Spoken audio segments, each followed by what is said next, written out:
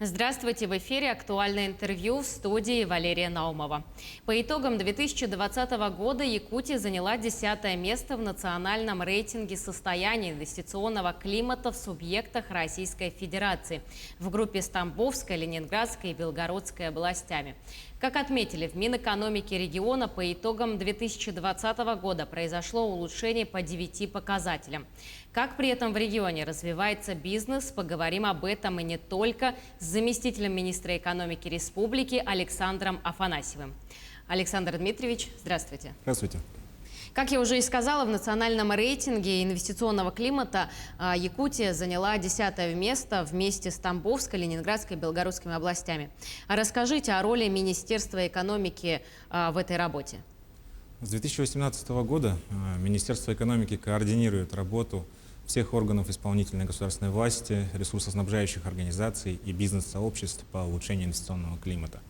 За это время позиция нашего субъекта в национальном рейтинге улучшилась с 52 на 10 место. Но именно в этом году за счет увеличивающейся конкуренции между субъектами в национальном рейтинге, особенно в верхней части списка, интегральные показатели субъектов отличаются менее чем на 1,5% у многих субъектов. И поэтому разработчики этого рейтинга посчитали, что это можно признать погрешностью, и оно не может быть определяющим при определении места. Поэтому некоторые субъекты были сгруппированы на места. Если не учитывать объединение субъектов на определенное место, то мы все еще занимаем 20-ю строчку, и то есть закрепились в 20-ке лидеров. Но тут важно отметить, что никакому субъекту не достается легко лидерство в этом рейтинге. Чтобы сохранять позиции, нужно постоянно совершенствовать свои показатели, иначе в этой гонке можно отстать. Расскажите, почему это важно и почему Министерство экономики уделяет этому столько внимания? Важно это по двум основным вещам. Это налоговые доходы и рабочие места. Бизнес создает именно эти две вещи, которые позволяют нам исполнять бюджет, выполнять те задачи, которые население ставит перед правительством. Но мы понимаем, что улучшение инвестиционного климата, оно не будет видно сразу, и, как показывает мировая практика, все развитые страны прошли через это, и те страны, в которых улучшению инвестиционного климата максимальное внимание уделяется, их развитость экономики разительно отличается от развивающихся стран. Большая половина показателей инвестиционного климата оценивается по результатам опроса предпринимателей. Какие актуальные проблемы развития бизнес-среды есть сейчас в нашей республике? Да, Министерство постоянно анализирует эти проблемы, на которые нам указывают ежегодные опросы предпринимателей. По сути, эти проблемы и являются точками роста в национальном рейтинге и являются направлением нашей деятельности. Во-первых, это, несмотря на улучшения в последние годы, проверки со стороны контрольно-надзорных органов в отношении предпринимателей, они все еще являются важнейшей проблемой. Так, в 2020 году предприниматели указывали на рост проверок со стороны прокуратуры, Министерства внутренних дел.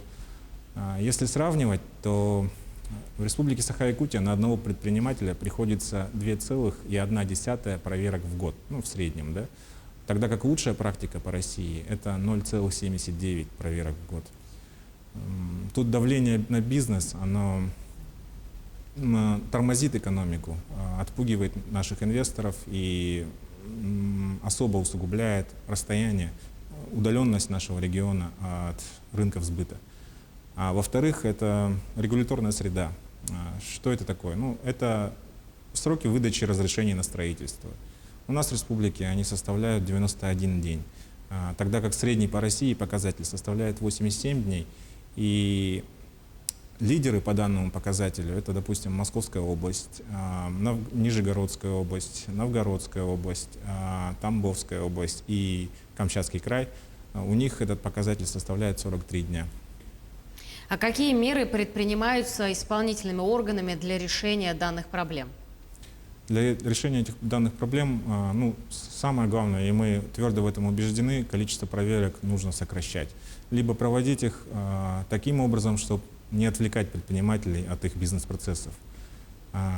Вот с 1 июля 2021 года вступил в закон федеральный закон 248 ФЗ о государственном контроле, надзоре, муниципальном контроле в Российской Федерации, который переориентировал контрольно-надзорные органы на профилактику нарушений, на информирование сообществ о том, как не допускать нарушений, ввел предупреждение как наказание за первое нарушение вместо административного штрафа. Там же также введены новые виды контроля.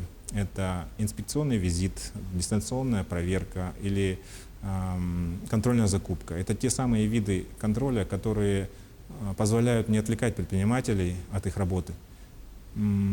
Также сокращаются виды контроля. Уже сейчас сократилось количество плановых проверок, внеплановых проверок, суммарно на 41%. Но до лидеров этого рейтинга, до центральных районов России, нам еще расти и расти, а точнее, еще сокращать и сокращать. Вот. Сейчас все контрольно-надзорные органы, они обновляют свои административные регламенты, также это и делают органы местного самоуправления. Когда эта работа завершится, это завершится в этом году, мы планируем перевести на электронный формат более 90 государственных услуг. Электронные сервисы очень активно развиваются у нас в республике. Это позволяет оперативно и качественно предоставлять государственные услуги. Например, тоже услуга государственная, выдача разрешений на строительство, она сейчас уже предоставляется, то есть подача документов на эту услугу осуществляется полностью в электронном цифровом формате. Разработан и внедрен уже интерактивный аналитический сервис, который позволяет отслеживать последовательность процедур прохождения в зависимости от типа, вида, особенностей строительного проекта, так называемый калькулятор процедур. Как вы уже сказали, сокращаются проверки бизнеса и упрощаются процедуры государственных услуг на федеральном и республиканском уровне. А как обстоят дела на муниципальном уровне? На муниципальном уровне мы хотим, чтобы администрации районов, городских округов, они включились в нашу работу, и поэтому было принято решение транслировать механизмы национального рейтинга на муниципальные районы. Мы создали муниципальный рейтинг инвестиционного климата, целью которого было оценить качество мер, организовываемых органами местного самоуправления для улучшения инвестиционного климата. Он впервые был опубликован еще в прошлом году, мы уже подвели итог прошлогодний, в прошлом году, а в сентябре мы планируем уже презентовать итоги 2021 года. Аналитическая работа по этому рейтингу и опросная уже выполнена, есть определенная динамика. Там некоторые районы, они провели большую работу за год и поднялись в топ из нижней части списка. Есть районы, которые сохранили свои позиции, и, к сожалению, есть те районы, которые в этом списке опустились. Расскажите поподробнее, как формируется муниципальный рейтинг?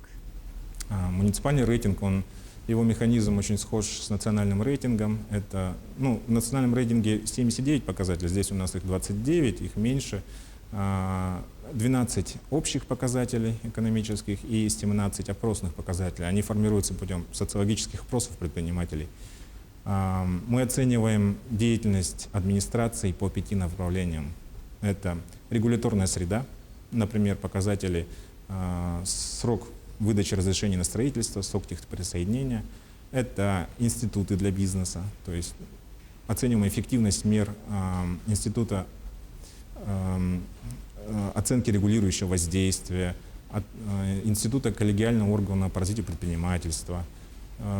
Это мы оцениваем также, как третья категория, это поддержка малого бизнеса, то есть наличие в районе бизнес-инкубатора, финансовой поддержки или удовлетворенность предпринимателей наличием помещений, зданий, земельных участков. Также это категория четвертая — инфраструктура и ресурсы. Важная категория. Здесь оцениваются, допустим, дороги местного значения, которые нужны, удовлетворенность предпринимателей телекоммуникационными услугами, наличие трудовых ресурсов. такие показатели. И экономическая активность. Здесь у нас, допустим, есть количество юридических лиц, открытых в регионе, и средняя заработная плата в малых и средних предприятиях. По итогам результата рейтинга выявляются проблемы, а перед главами муниципальных образований и городских округов определяются задачи по их решению. А что происходит дальше с этими задачами? А дальше муниципальные образования формируют план мероприятий, так называемая дорожная карта по улучшению инвестиционного климата. Это важные мероприятия, поскольку именно на них указывают сами предприниматели, когда проводят ответы на вопросы социологов. Они сталкиваются с этими проблемами и поэтому заостряют наше внимание на них. Типичными, допустим, проблемами являются... Вот в рейтинге есть показатель, да, доля дорог муниципального значения, общего назначения, да, в нормативном состоянии. И вот для того, чтобы улучшить этот показатель, там, наиболее популярное мероприятие – это строительство, реконструкция, либо ремонт дорог общего назначения, местного значения. Вот. Эту работу нельзя переоценить. Предпринимателям, вообще всей бизнес-среде, они очень сильно зависят от качества транспортной инфраструктуры. Каждому предпринимателю нужно вывозить товары, завозить сырье. И поэтому предприниматели очень ждут этих мероприятий. Если говорить в целом, то 36 дорожных карт по всем муниципальным районам и городским округам, они уже разработаны. 32 из них уже утверждены. Мы надеемся в кратчайшие сроки эту работу завершить. Но, кстати, все муниципальные образования размещают на своих сайтах информацию об этих дорожных картах, сами дорожные карты, и жители могут с ними знакомиться и даже выступить с предложением. Какие важные планы и проекты намерены осуществить в будущем? Планируется открытие общественных приемных уполномоченных по защите прав предпринимателей, обновление административного регламента, государственные услуги, выдача градостроительного плана земельного участка. Мы планируем перевести ее полностью в электронный формат и сократить его срок. Также в электронный цифровой формат перейдут техприсоединения к инженерным сетям.